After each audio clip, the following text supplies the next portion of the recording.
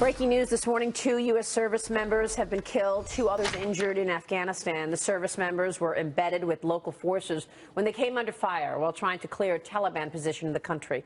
The news coming as the Pentagon announced U.S. airstrikes have killed an al-Qaeda leader linked to Osama bin Laden in Syria. Joining us right now is former Navy SEAL and author of Extreme Ownership. Leif Babin is with us. Leif, good to see you. Thanks so much for joining us. Morning, Maria. Terrible story. Your initial reaction this morning? It's a horrible thing. It's a horrible thing. And I think a lot of Americans need to remember that we still have 10,000 troops in Afghanistan. There's a war going on there. We've lost 5 troops killed in action in the last month. And this is, it's still a war that's going on, and it's been all but forgotten. It sure is, because we talk so much about Iran, we talk about Syria, and we're not talking about Afghanistan as much, are we? In terms of Iran, though, there are new reports that the Iranian Revolutionary Army sending elite fighters to infiltrate the U.S. and Europe. Your take? That's not shocking.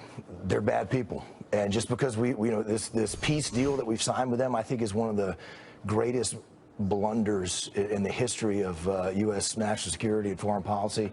They're a dangerous regime, and we have lost our ability to deter our enemies. And so they're empowered by what they see as weakness, and this kind of thing is going to continue.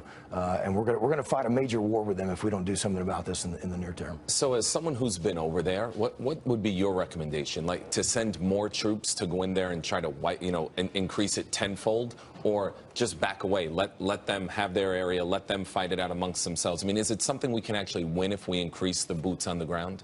Are you talking about Afghanistan, or are we talking about Iran here? Kind of both, kind of the whole Middle East. That it seems like we've been in this for 15 years, and I don't know if is there a way to win it, I guess, the war in the Middle East. There's absolutely a military solution, and I think all the Middle East on fire that we see today is the result of an American pullout. So this is what you're going to get, and you're going to get a lot more of that as folks like Iran, as folks like Russia move in and cause a lot of problems, and they're not interested in stability and security and freedom for people. So the U.S. has to lead that fight, and it doesn't require massive amounts of troops on the ground, but it does require a presence. And I think all that's really required to deter enemies like Iran is just leaders that they fear.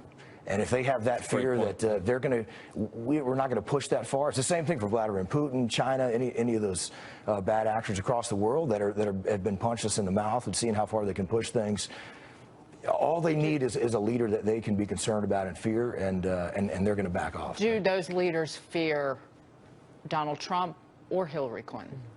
That's a great question. I think they fear Donald Trump a lot more than Hillary Clinton. I can tell you that. I think Donald Trump is one of those folks. He says some things foreign policy-wise that I certainly disagree with, particularly about the Iraq War. But you got to wonder what he's thinking, and that he's probably a guy that's not going to be pushed around. I think with Hillary Clinton, we're going to get a lot more of the same.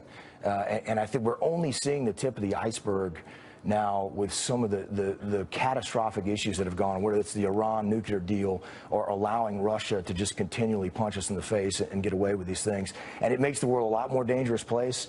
And I think that we could very well find ourselves in a war that makes Afghanistan or Iraq look like child's play. Well, remember when Hillary Clinton blamed Donald Trump's rhetoric for everything that's going on in the Middle East? That was an interesting take. Well, for terrorism in general, that ISIS is recruiting because of Donald Trump. Here's a quote that's funny. Quote, "These 2 candidates show the catastrophic reality which goes beyond what even we are saying," said Ayatollah Khomeini. I mean, he's making comments about this election, calling Donald Trump and Hillary Clinton catastrophic coming from the head of Iran. That's very interesting. Interesting to see their comments. I think looking at, if you rewind back to our hostage situation, in 1979, 1980 with when Reagan took office, the day he was inaugurated, they released those hostages after 444 days. So Iran can be contained, they can be deterred, they just have to have someone that they fear and they think, I'm not sure what that person's going to do, so let's don't push things that far. And that's what we need. Can't make this stuff up. Leif, good to see you. Thanks for having me. Thank you for your fantastic service to our country, as always. Leif Babin joining us there. Fox Business Network will be live this weekend, by the way. I hope you'll join us Saturday and Sunday. Beginning at 6 a.m. Eastern, we will have special coverage on the election.